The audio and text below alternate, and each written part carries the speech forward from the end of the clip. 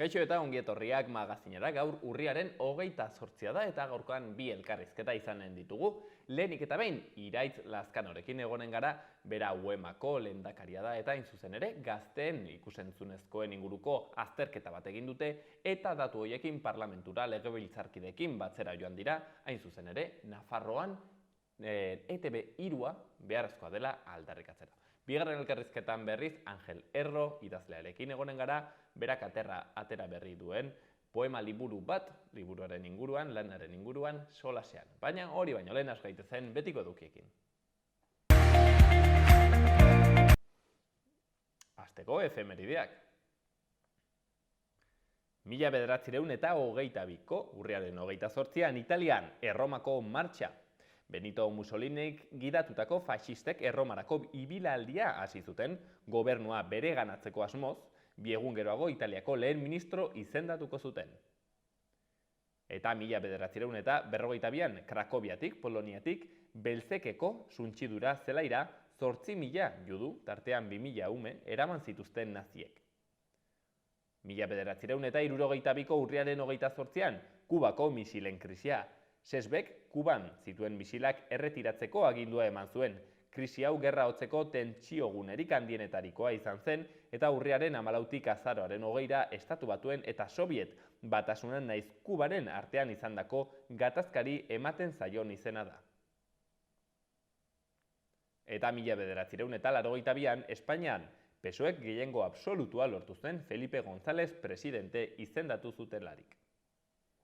Eta asteburuko agenda kulturalean zer dago? Hortziralean, Miru Kamishiba ipuin kontalaria egonen da Orkoiengo gizarte texeko liburutegian arratsaldeko 7etan, sarrera doakoa da.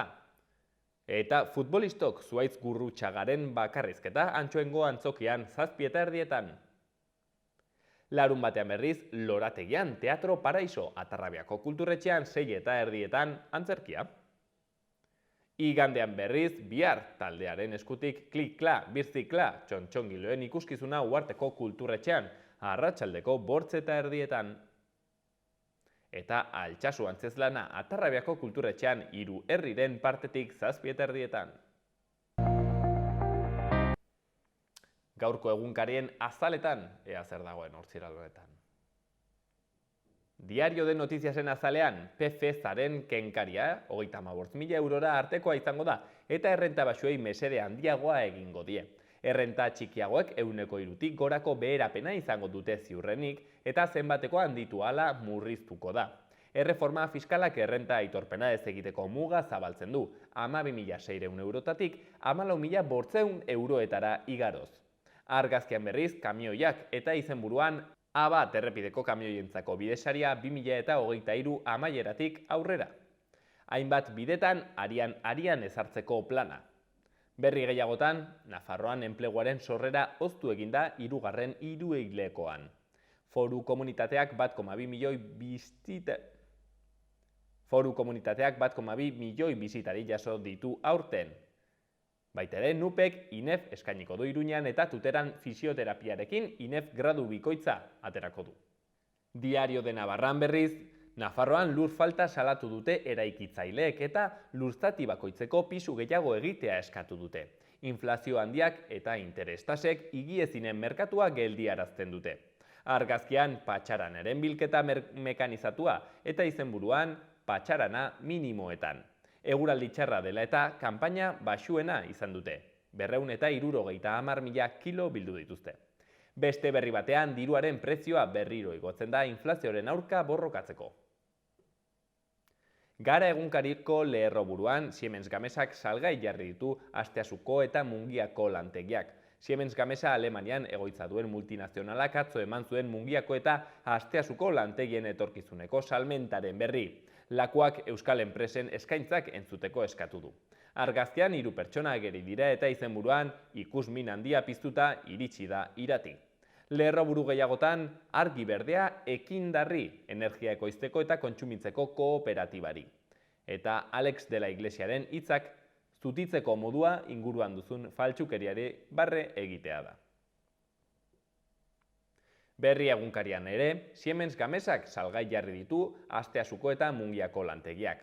Haizerroten osagai batzuk ekoizteari utziko dio taldeak eta saldu egingo ditu horiek produzitzeko dituzten fabrikak. Jaurlaritzak eskatu du salmentan euskal enpresak lehenesteko. Asteasuko plantak 250 langile ditu eta Mungiakoak 350. Berri gehiagotan, metalgintza greban Bizkaian. Sindikatuen arabera, ia erabateko erantzuna izan du lan uzteak. Hitzarmen berrian langileen erosahalmena bermatzea exigitu dute. Eta bertze berri batzuetan, Europako Banku Zentralak 2% igo ditu interestasak. Karbono dioksido isuriek, beste berri batean, goia joko dute 2028an, IEAren arabera. Eta Euskal Herria Irratian, Irati Jimenezen hitzak euskal literaturan umore gutxiegi eta zurruntasun gehiegi daukagu. Saiakerako Euskadi saria jasoko du Irati Jimenez idazleak begiak zabaldutako zaizkizue liburuagatik. Bertze berri batean, 50 herritara gerturatuko du Euskara Gora Fest kultur zikloak. Eta azkenik, Jaion Eugi pobreziaren aurkako sareko kidearen hitzak, pobrezia datu kezkagarrei aurre egiteko benetako gizarteratze estrategiak behar ditu.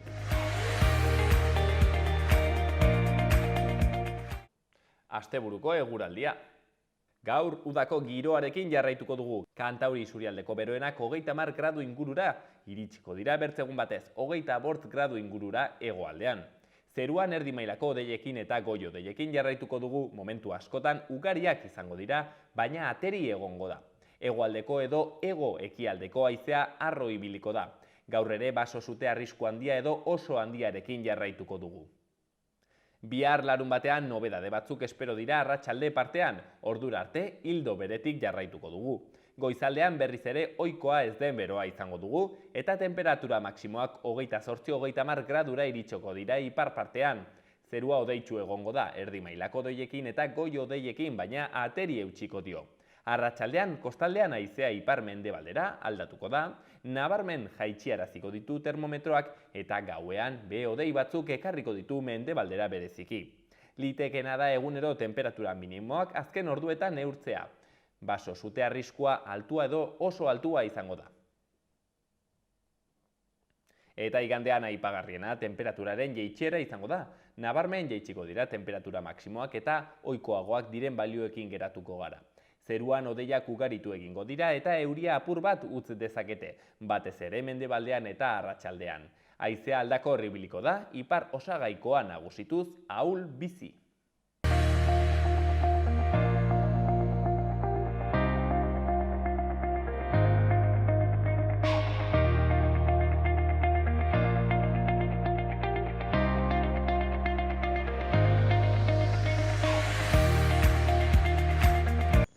Ez dakit Xaloako ikusle guztiak ordituko diren, ni behintzat nire haurtzaroa ETV-ko marrazki bizunak ikusten pasa dut.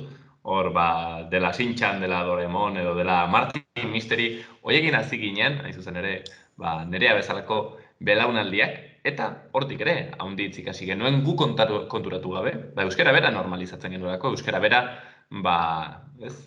gure garaiaren puntan jartzen genuelako. Gaur, akaso ez gaude panorama berdinean, akaso gaur egun jendarte globalizatuago batean bizi gara, eta bertzelako eraginak sartu zaizkigu dela mundu anglosaxoia, erdal mundua, teknologia berri hauekin hori guztia etorri da. Hau kezka bat da, nola ez? Eta euskeran ere eragin du. Bueno, kontu honekin zerikusitako azterketa batzuk egin dituzten, eta burutan hori izan da, UEMako kideak Nafarroko legebiltzarkideekin bildu dira guzti hau azaltzeko eta Nafarroan ETV3 beharrezkoa dela ere aldarrikatzeko. Guzti horretaz solasteko Iraitz Lezkano UEMako lehendakariarekin koordinazioarekin gaude. Atxaldeon, Iraitz? Bai, berdin, eskerrik asko gonbidapenagatik. Mil esker zuri tartetxo hau hartzeagatik gurean.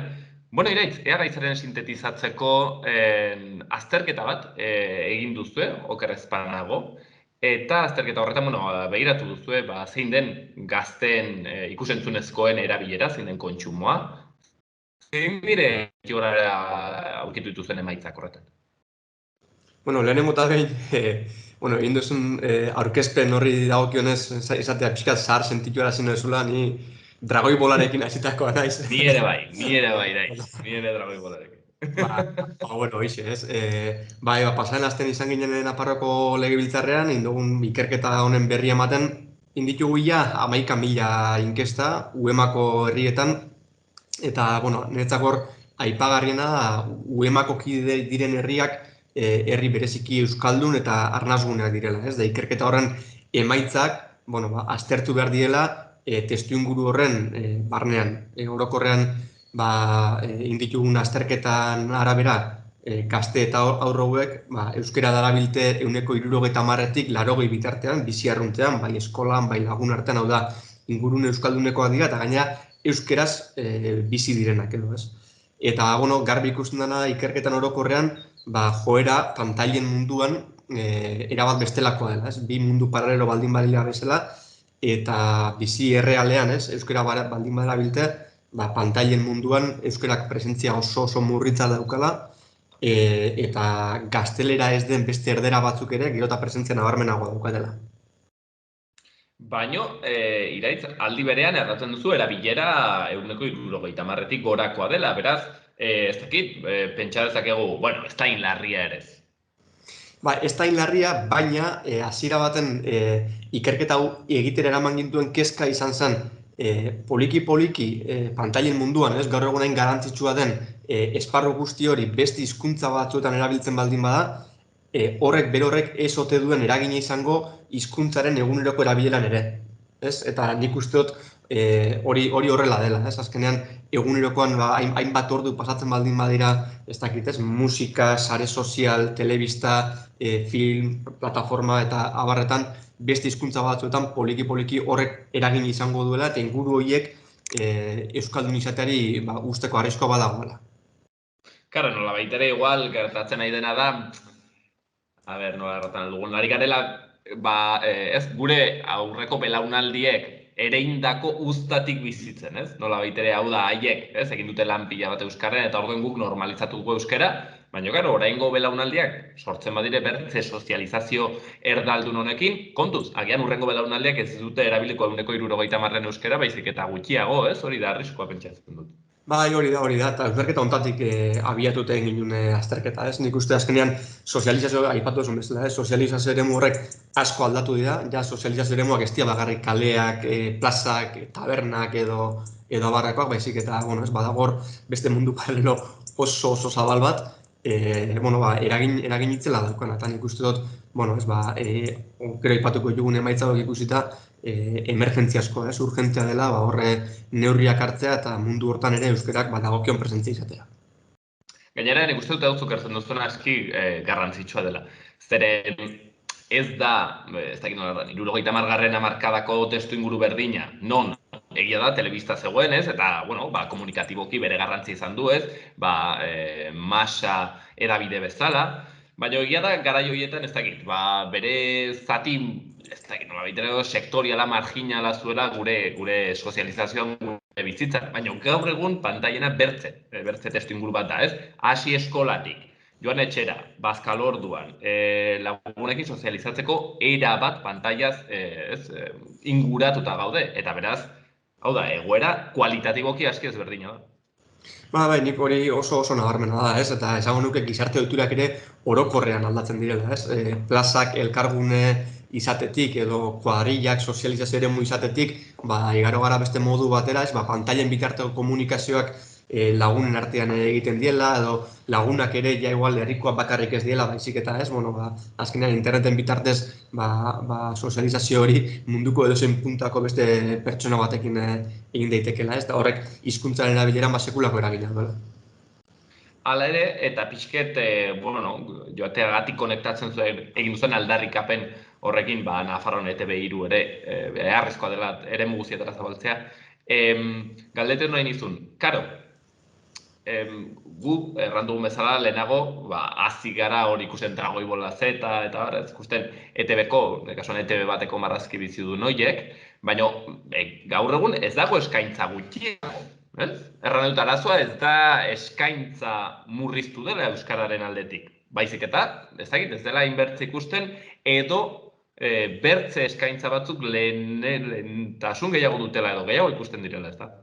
Bai, hori, bueno, Bozento taldeko, azterketa egin denean, Bozento taldeko egunkari baten titularra zen, Euskal gazteek aukeratzen dutela gaztelaniaz kontsumitzea, ez? Eta, claro, nik hor, zalantzarik ez daukat, ez dela aukera kontua, eskaintza falta dela, ez?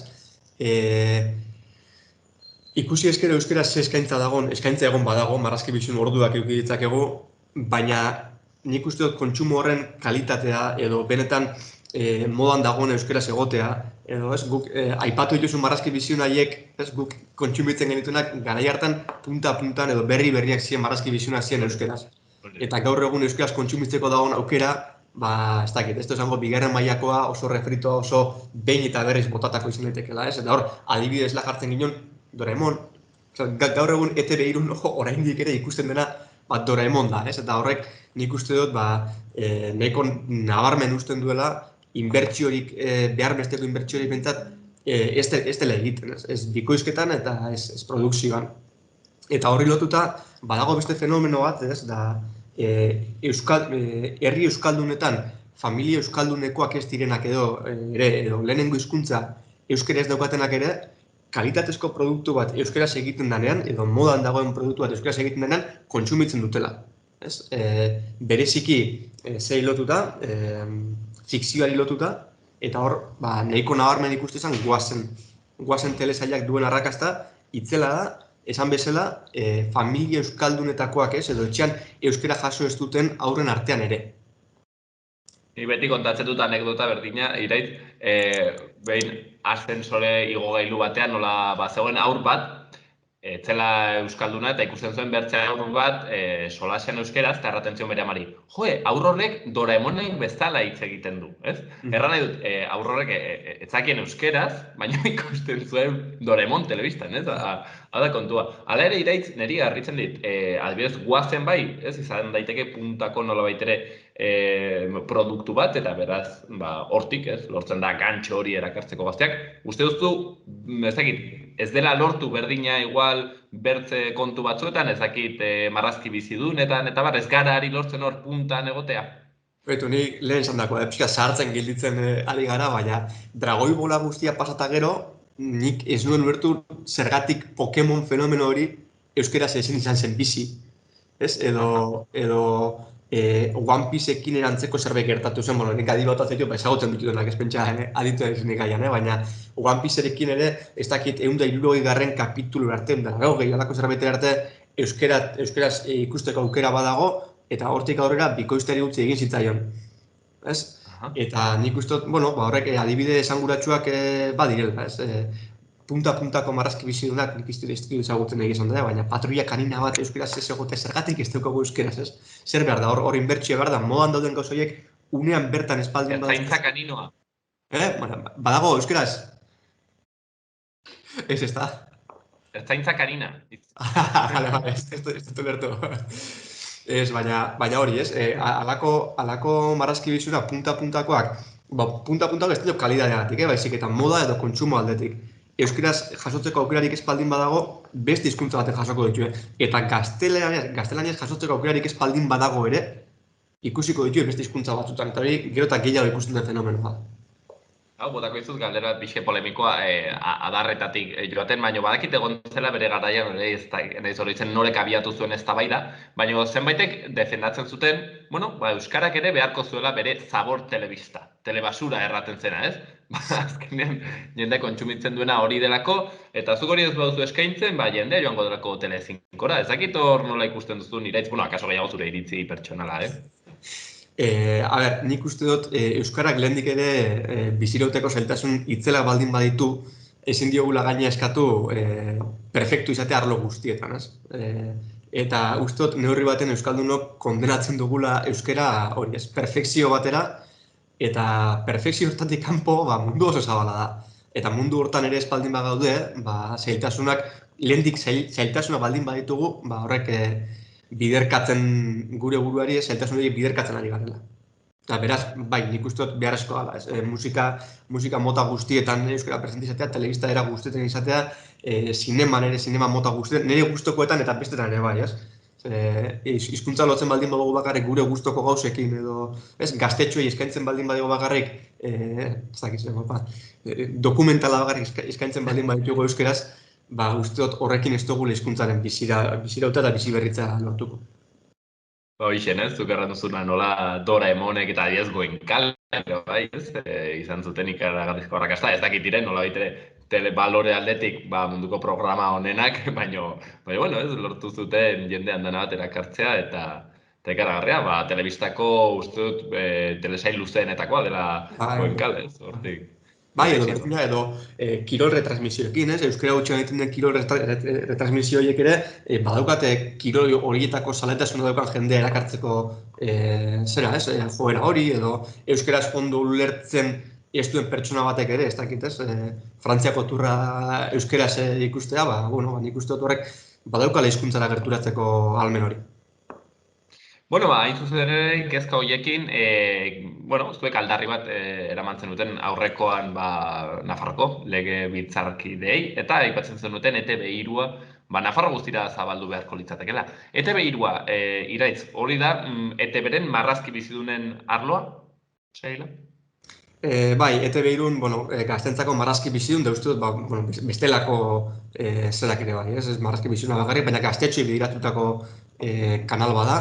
Espainiako telebistan klan izango litzakenan baliokidea, gutxi gora bera.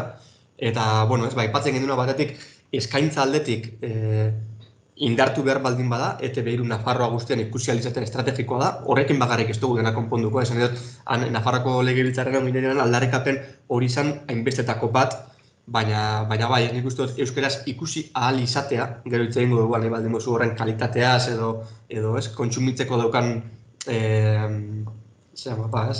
interesaz, gaztentzako ETB3ko eukidezaken interesaz, hitz egin daiteke, baina, behintzat aukera hori eukitzea ezinbestekoa. Eta aipatu dutenez, klanekin ere, telebista publikoa izan da, dugun ikerketa honetan, lehen hezkuntzako ikasleen artean, eta UEMako herri guztietaz ari gara, klan ETB3 baino 2 aldiz gehiago ikusten da. Eta datu hori nik uste oso esanguratsua dela. Klanen daukan presentzia euskerak zero da, ez dauka inongo presentziarik, eta uste dut, telebista publiko izan da, telebista espainiarra baldin bada ere, eskatu behar zaiola bere ardura puntua eta euskerak bertan presentzia eukitzea ere. Claro, hori aski esanguratsua da, zeren hain zuzen ere Iraitz orai galdetu behar nahizun, orain gaztek telebista zenbat ikusten dute, orain ikusten dutena batez ere YouTube, ikusten dute, ezagitez, TikTok, alako bertze sare sozialak erabiltzen dituzte, eta orduan ea ze puntotaraino zentzua duen, aldarrikatzea ETB3 zabaltzea, baina, zuk erraten duzu erabiltzen dela eta hor dago aldea, klanekin, ezta?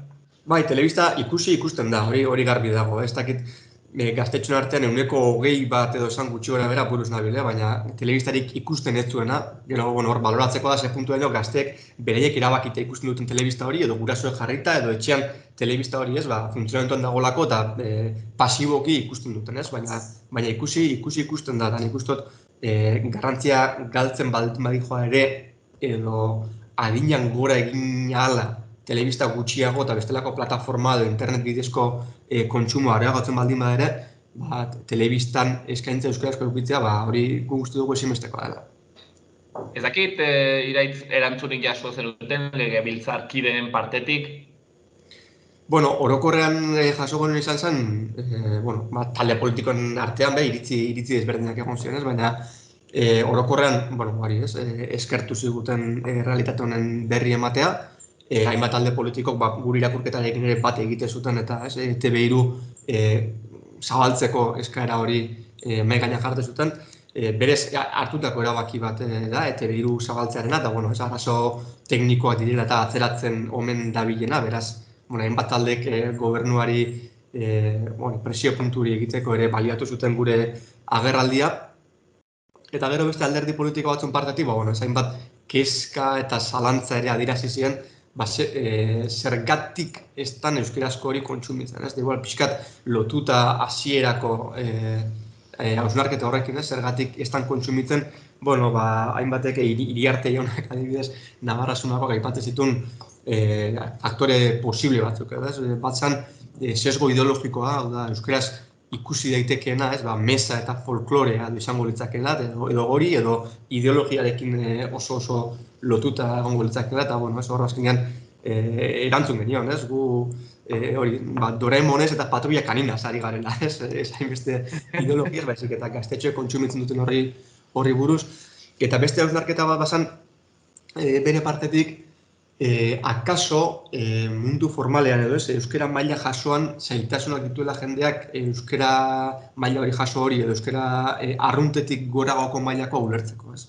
Eta hor ere, bueno, nik uste dut hori ez dela hausnarketa zuzena izan ere, bueno, ez, euskaraz alfabetatuako orokorrean egunerokotasuna euskaraz ari den eta euskaraz alfabetatuta dagoen generazio batetaz ari garelako, ez? Eta hirugarren hausnarketa bai izan, beraien partetik ere, hori, ez, eskaintza ez dela behar bestekoa, ez. Hori izan litekeela ere, eta bueno, uste dut hori hausnarketa hori bai dela zehatza, ez. Eskaintza ez da behar bestekoa, eta ez kantitatez, baina ez da kualitatiboki, ez. Nik uste dut, asmatu behar dela momentu honetan oso ondo nun jartzen den indarra, zer bikoizten den eta zer eskaintzen den euskaraz, ez. Euskaraz eskaintza jartzeagatik ere, ez dakiz ze punturainoko efektibo izan daiteken gaztetxonek kontsumitu nahi espaldin badute produktu hori.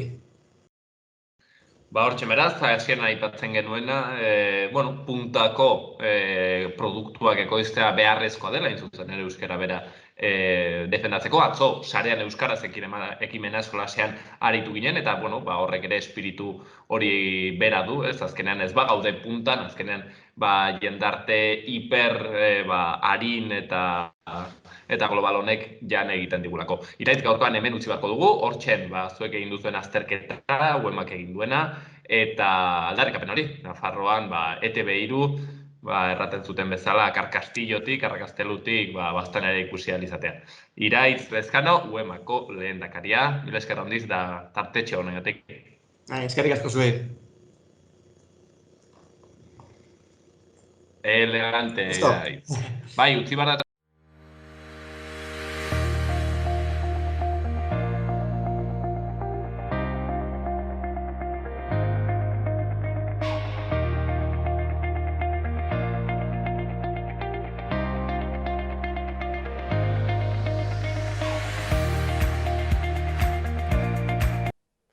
Eta Iruñeko udaleko albisteak ere ikusiko ditugu gaur ostiralean. Iruñean, Gibel minbiziaren nazioarteko eguna dela eta udaletxearen aurrealdea kolore berdez argiztatuko da igande honetan. Jardunaldi honen helburua da herritarrak kontzientziatzea diagnostikoak eta tratamenduak bizi itxaropena hobetzeko duten garrantziaz. Eta horretaz gain ingurumen hezkuntzako zerbitzuak eta Nafarroko nekazaritza ekoizpen ekologikoaren kontseiluak elikaduraren maleta bidaiaria sustatzeko hitzarmena sinatu dute. Elikadura jasangarri eta osasungarri buruzko hezkuntza proiektu honek aurre eta lehen hezkuntzako ikastetxeentzako doako 2 maleta ditu. Eta horretaz gain, rol jokoak, enigmak eta mahai jokoak larunbat honetan gazteen etxeko beldurrezko arratsaldean. Halloweenen girotua 12 eta 30 urte bitarteko gazteentzako jarduerak eskaintzen dira, arratsaldeko 8etatik 9 arte. Azkenik berriz, Iruñeko udala eta La Caixa Fundazioa elkarlanean arituko dira kalteberatasun egoeran dauden adingabei laguntza eskaintzak ekartzeko. Caixa Proinfantzia programaren bidez Milagrosan eta Azpilagainan arreta psikoterapeutikoa, osasuna eta familia arreta sustatzeko ekimenak egingo dira.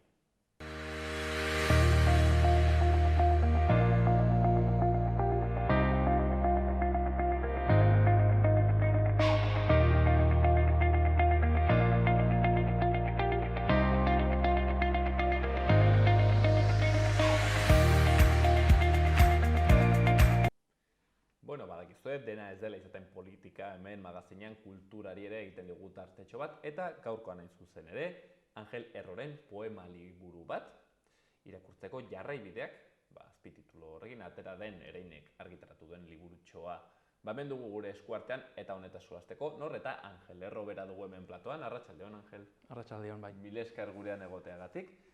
Poema liburutxo hau atera duzu, beraz, eta atzo okerrezpanago egin zenuten aurkezpenan Donostian, udaliburutegian, zer moduz, zer sentsazio?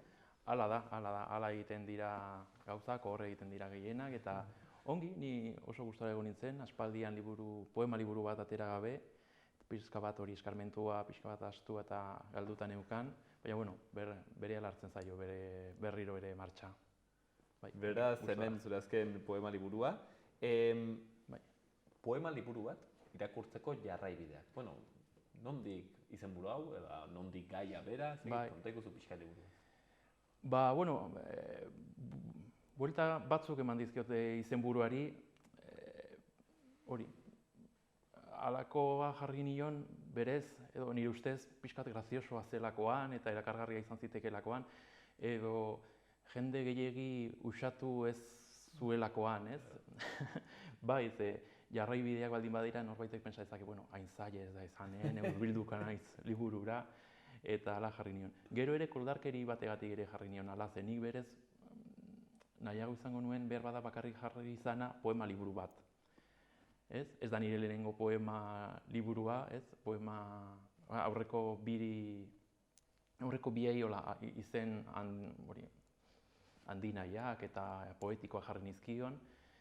Baina hau berez, ez dakit, oso liburu soil bezala ikusten dudan, zentzillo eta planifikazio gehiegirik gabea, enion izenburu, ez dakit, antuste bat eman nahi bazik eta ahalik eta soilena. Horregatik, gutxi gora bera. Poema liburu bat. Bai. Enion ala jarri, ze gero, burua usteak ekar zitzaken ala jarri izan banu ez, jendeak hasiko zen ez, Angel Errok poema liburu bat atera du ez, baina baditu beste 3, beste 2, ez, baina poema liburu bat ez. Eta horrela, azpititulu horrekin irakurtzeko jarraibideak, eta hori. Hori da, niri justo ere gertatu zaidan, ari bintzen irakurtzen berria eta ikusten poema liburu bat, tani baino, zein da titula, poema liburu bat izan zen bera, izenburua. Ez dakit, liburuan gai bat jorratzen den, ez dakit, ze moduko olerkiak aurkitzen alko ditugu bertan? Bai, bueno, nik aurreko poema liburua ez zen ala ditzen, ditzen gorputzeko humoreak. Hori atera nuen oso aspaldian, 2005ean, pensa, ez?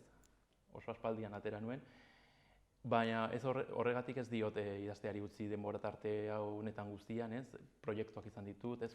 Proiektu esan ditut, poema liburuak pensatu ditut, batzut ez ideia zentral batean jorratuak, ez? Amaren heriotzari zuzendutako edo eskinetako poema liburu bat hasi nuen, baina gero ninduen asebetetzen berez. Eta horrako proiektu asko hasita neuzkan, eta denbora batetik horre esan nuen. Eta zergatik proiektu hola edo ez dakit, ideia zentral batean ardaztu gabeko zerbait ez atera, ez? Eta bildu, ez, denbora honetan guztian zehar idatzi ditudan poema merezidunak edo ez, nire ustez onak izan daitezkenak. Eta alde horretatik, hau, nolabaiteko nire antologia bat da, edo pentsa daiteke ere nire porrote egindako proiektu horien guztien ez dakit, aitorpena, edo naufragioaren aztarnategi bat. Eta gero bestetik, gai zentral bat ote duen, hori, esan dizudan bezala, ez dut oso argi. Atzoko aurkezpenean kontatu nuen nola argitaratu behar nuela jakin nuenean, ze sari bat eskuratu zuen eta horregatik atera da. Bestela ere atera ziteke, baina horregatik atera da. Lagunduta eta nik hori, nire kontu korrentea kontentoago. Egun horretan hori jakin nuenean batek galdetu zidan, eta zeri buruzko liburua, zer da gaia, zeri buruzkoa da. Eta nik orduko horretan erantzun nion oso azkar eta bitan pentsatu gabe eta berbada, ez dakit, desafio moduan, ez dakit nola erantzun nion, baina bitan pentsatu gabe, amodioari buruzkoa poemak dira, ez? Ez dakit topikoagatik edo, eta gero horretan pentsatu da, berbada, berbada gai zentrala edo bat aukeratzekotan maitasuna izan daiteke. Baina, horrek trampa ere badu, ze maitasunaren azpian gai asko sar daitezke, ez? Desamodioa ere maitasunezko poema batean sar daitezke, maitasuna izan aldio lagun bati, bikoteari, herriari, hizkuntzari, literaturari. Beraz, hori esan da eta ez esan ezer, diferentzia gutxi. Bai. Bueno, edertasuna ez, artearekin zer ikusi duena eta maitasuna beti egoten dire horrez nahiko hurbil bi kontzeptu horiek. Bai. Hala ere, jarri diozu azpititulua irakurtzeko jarraibideak. Ez dakit horrekin zehazki zerra nahi duzun. Nolabait ere, olerki bilduma honek laguntzen duela Angel Erro pixkat hobe ezagutzen, bere idazteko modua pixkat hobe ezagutzen? Bai, nuen horrela pensatua, baina bai, erosiko dizut ideia, hemendik aurrera esateko nik. Bai, jendeak gehiago pentsatzen dut ikus dezakela ez, halako gidaliburu bat bezala ez, poesian sartzeko, baina, bueno, claro, nire obsesioetan sartzeko ere balio aldu. Bietetako. Angel, aprobetxateko dut hemen zaudela galdetzeko hain zuzen ere horretaz, bertaz, ez? Poesia irakurtzeko moduaz, niri zerbait, haunditz interesatzen zaidan kontu bat delako, nola irakurri behar den poesia, ez? Zeren, karo, olerkigintza, poesia, pixket arte espresio, ez dakit, komplikatua den, edo ez den, hori da lehenengo galdera, ez dakit, poesia edo zeinek irakurri behar du, ez dakit, kontu konplexua da, batzuetan kriptikoa egiten zaigu. Bai, kau, berez irakurtzea noraino dagoen modan ere ez daukat oso argi, ez? Ze behar bada irakurketa eta literatura fikzioarekin du zerikusia eta gaur egun fikzioa beste euskarri batzuetatik ere bere gana dezakegu, ez? Netflix eta telesaiak direla eta ez dakitze, eta horrekin neurri batian asebete gaitezke. Nik esango nuke, poesiak badaukala plus bat, ez? Egia da, zailtasun fama hori ezin izan du, eta segurunik gure kulpaz, esan nahi, poesia idazten dugun non kulpaz, ez? Poeta posea ez delako, ez? Olako, ez dakit, edo gero egon diren estilo edo zera literario ez? Surrealismoak asko kutsatu du poesia, eta orduan jendeak hartu dezake ez, poesiak edo bi gauzak direla. Edo zure amonaren hiletan irakur dezakezun gauza sentimentaloide hori, ez, zure sentimenduak bere horretan kanporatzeko, ara gauza bat inork ulertzen ez duena. Baina nik esango nuke bada egon daitekela tarteko bide bat, ez? Sentimenduak agertu bai, irakurlearen esfortzu txiki bat eskatu bai, baina ez beste dozein baino handiagoa, ez dakit. Nik, izenburu simple hau jarrita eta bestela ni saiatu naiz, ez dakit, bizitza nahikoa zaila eta konplexua da berez, ez? Kalean dauden debateak ere nahikoa, ez? Batutan eskura ezinak diran, ez? Zer dan ez dakit zer dan herria, zer dan feminismoa, zer garangu. Ni saiatu naiz gauzak lurreari lotuta mantentzen, ez dakit. Bai, egiten zait interesgarria zeren, ez dakit zergatik zehazki, baina poesia izaten den handitzetan zaila, lehiori gabekoa nolabait ere, batzutan kriptikoa, iluna, eta karo, orduan bat izortzen zaio zalantza, zer da, arte espresionek berez behar duela hori, edo da idazteko estilo bat, ez? Zeren, karo, ere izan daiteke poesia bera ez, azkenean saiatzen da, nolabait ere hitz gutxitan errango dugu, ez? Haundiz gauza espresatzen, eta karo, horrek askaso eskatzen du, ez? Gauza komplikatzea, zuk metafora bat egiten duzunean, metafora ona baldin bada, espresatzen ditu gauza pila bat, ez? Ari pila bat, baino aldi berean ez da hain argia, ez? Orduan ere, akaso, olerkigintzak badu berezkoa ere zailtasun puntu bat. Bai, gehienetan badu, ez? Eta, zailtasunak, ez dakit, ez du beti txarra izan behar, ez? Ez dakit, azkenean, ez duk esan duzun bezala, ez? Poemek hitz gutxitan gauza asko esan nahi dute, ez? Adierazi nahi dute, eta horretarako, densidadea behar du, ez? Eta densidadeak, ez dakit.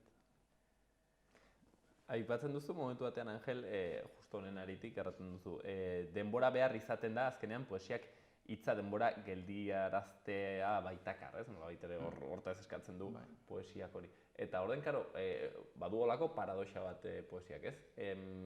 Da justo tuitaren antzekoa forman, baina da justo kontrako, ez? Tuit bat da ere kontu motz bat, hola, espresatzen dituen gauzak, baina horiek irakurtzen dituzu segiduan, eta poesia, aldrebes, poesia da zerbait txikia, eta aldi berean, eskatzen du denbora irakurtzea. Zekit egokiegi adaptatzen den gure garaietara.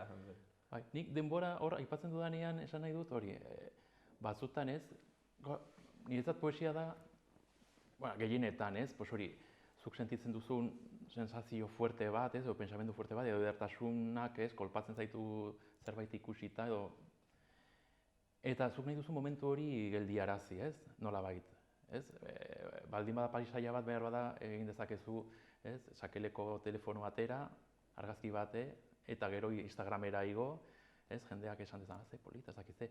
Baina hori hitzen bidez ere egin daitekelakoan nago, edo gari batean, ez? Behintzat antzinean egiten zen, ez? Denbora gelditu nahi izana horren bidez. Gero, astu zait zer esatera ninduan, eta parte honena esatera esan behar nuenarena. Ez dakit hortzik zoan, baina galtzen zuen, ez dakit egokiegi adaptatzen den gure garai hauetara poesia, ez? Olerki gintza, zen hori, ibiltzen gara izugarrizko velozidadean, eta de repente hartu behar izatea, ez dakit, 10 minuto lau lerro irakurtzeko, ez dakit. Bai, trabatu naiz parkatu, ai, Bai, hori, nik hori argazkiekin konparatzen du zera horretan, ez, denbora gelditu nahi horretan, eta ez dakit, bai. Bai, ez lasai, nik ez dizuten galdera errexea. Espera, utziko dugu isiltasun zati bat.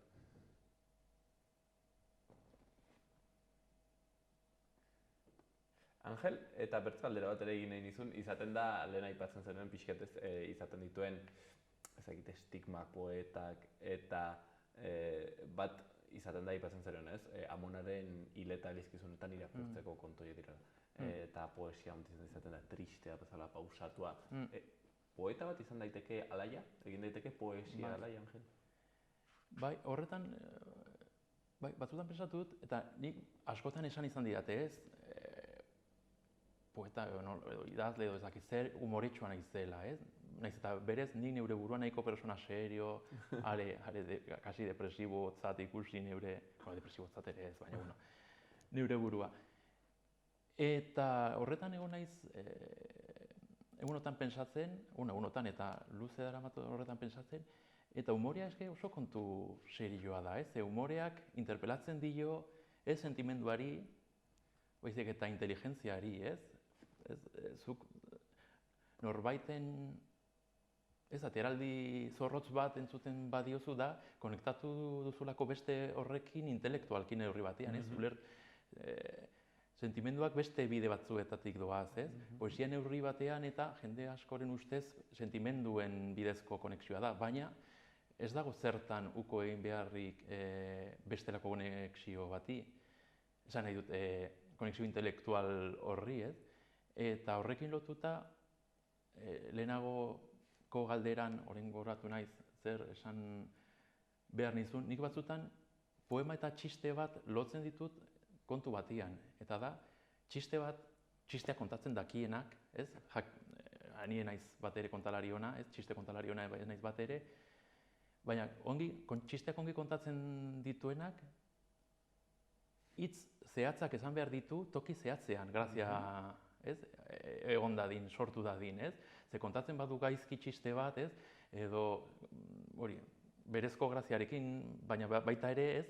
Aurreratzen baduzu hitz bat, edo esaten ez baduzu, ez du dagoeneko grazia edo, grazia gutxiago dugu, ez? Zuna ikaragarria da, zeren batzutan ez da nolabait ere formula bera, edo ez dakit, ez, kontatzen den anekdota den bere baitan graziosoa edo ez, baizik eta txak nola egiten duzun ibilbide hori eta literatura edo ondiz ikusteko horrekin, ez? Eta poesia bereziki, ez, ze ideia bera, ez, behar bada beste hitz batzukin esan da, ez, ez zintun ez zaitu kolpatzen, ez zaitu unkitzen, ez zaitu ez dizu zerbait pizten, ez? Baina hitzeatzekin asmatzen baduzu, eta hortik behar bada zailtasuna, ez? Asmatzea hitzak, ez? Bere tokian, ez?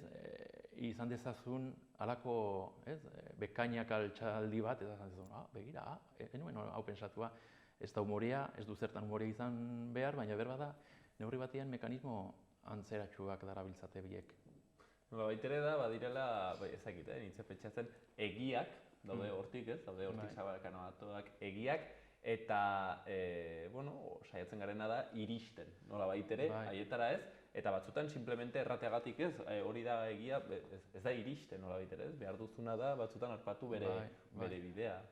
Bai, ez du fama honik, baina retorikaren zeregina horixe bera da, ez, aurkitzea bide bat, ez, beste norbaiten gogoa edo beste norbaiten dena delakoa, ez, toki bateraino iristea, zuk egia bat, zuk esan duzu egia bat dela usten duzun toki horretaraino. Eta batzuk ze onak diren horretan, eta entzuten dizu horrela, eta segitzen duzu, eramaten dizute haiek nahi duten tokira. Angel Erroren poesia, ezakit, nolakoa da? Bueno, ez dakit, nik ez daukat oso argi nolakoa den.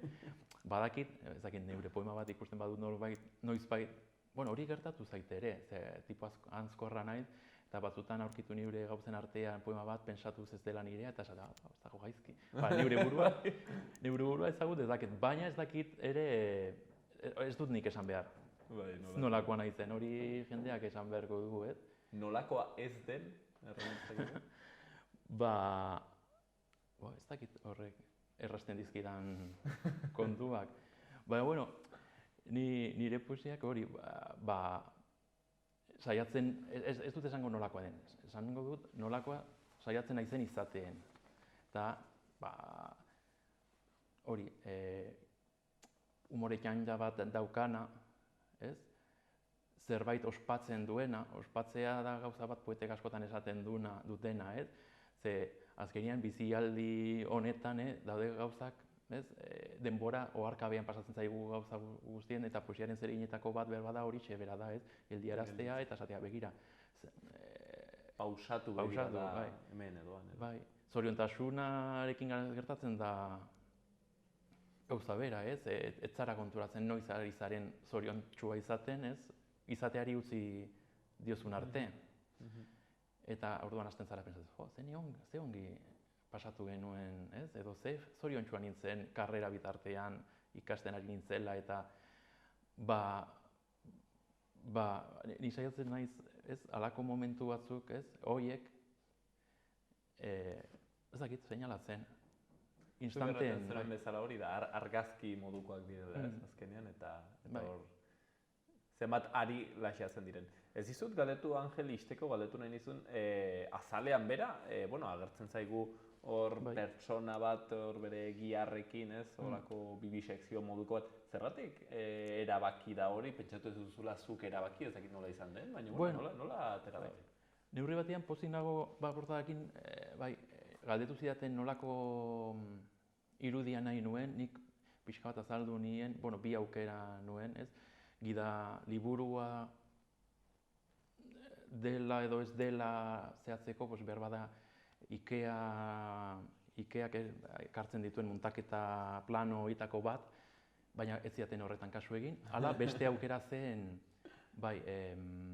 torso, anatomia fakultateetan erabiltzen duten torso ireki horietako bat. Eta, hasi ziren haiek argitaletxetik irudiak bilatzen, nik ere nire aldetik, bidali nien hau, Googleen ez dakit zer jarrita, anatomi, ingelesezko bilaketa bat eginda ez dakit zer jarrita, ateratzen zidan irudia eta esan, hau bezalako bat.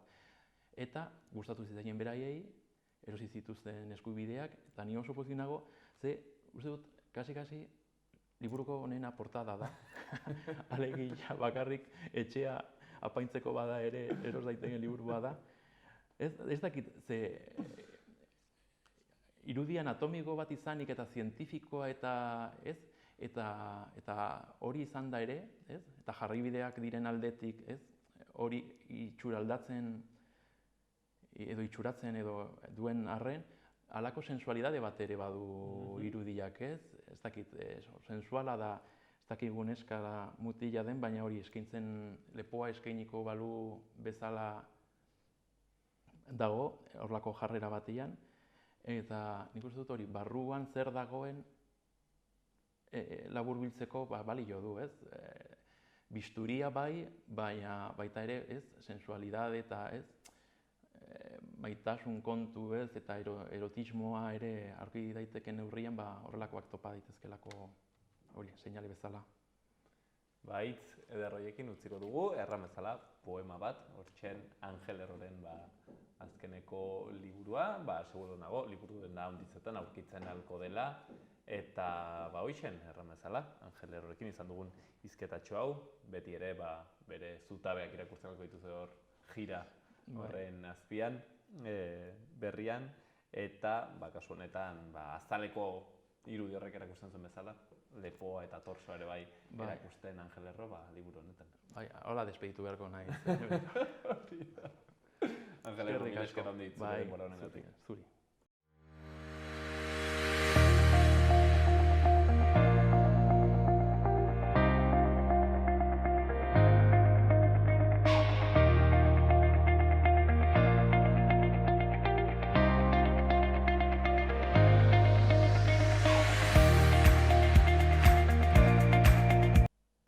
Hauxen izan da dena gaurkoz Hortziral honetan, orain feriak pasatzera Elizondon, asteburu ona izatera eta astelenean berriz ere hemen egonen gara.